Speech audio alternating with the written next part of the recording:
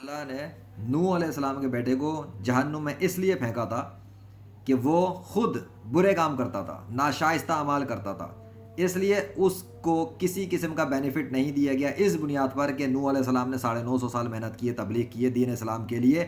اللہ نے نوح علیہ السلام کی ساری محنت ایک طرف اور بیٹے کو اڑا کے جہنم میں پھینک دیا، اور آنکھوں کے سامنے مارا ہے، باپ کی آنکھوں کے سامنے بیٹے کو مار کر جہنم میں پھینکا ہے۔ یہ ہے اللہ۔ پتہ نہیں کس 2 نمبر مولوی نے مسلمانوں کو ٹوپی ڈرامہ بنا کے بٹھا دیا ہے کہ تم امت محمدی میں پیدا ہو گئے ہو تو تم جنت میں چلے جاؤ۔ کس کا باپ جنت دے سکتا ہے اللہ سے چھین کر کسی کو ایسا ہی؟ جب حضرت محمد صلی اللہ علیہ وسلم کے ساتھ رہنے والے سگے چچا کو جنت نہیں ملی تو کسی کے باپ کی کیا اوقات ہے ایسی جنت لے لے گا اللہ سے؟ کہ یہ ٹوپی ڈرامی بنائے ہوئے ان 2 نمبر مولویوں نے جھوٹ پھیلایا ہوا قرآن کے خلاف، چے بنا رہے لوگوں کو، مسلمانوں کو۔ اس لیے معاشرے میں بے انصافیاں، نا انصافیاں، کیونکہ لوگ ڈرتے نہیں ہیں اللہ سے، بغیرت بن چکے ہیں، شیطان کے کتے بنے ہوئے ہیں، منافق ہیں۔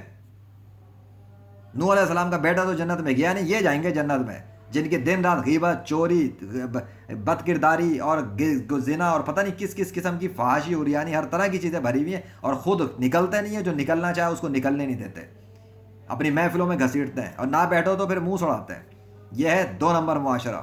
اس دنیا کے مسلمانوں کی اکثریت جو بنتی ہے so called Muslim, they are منافق۔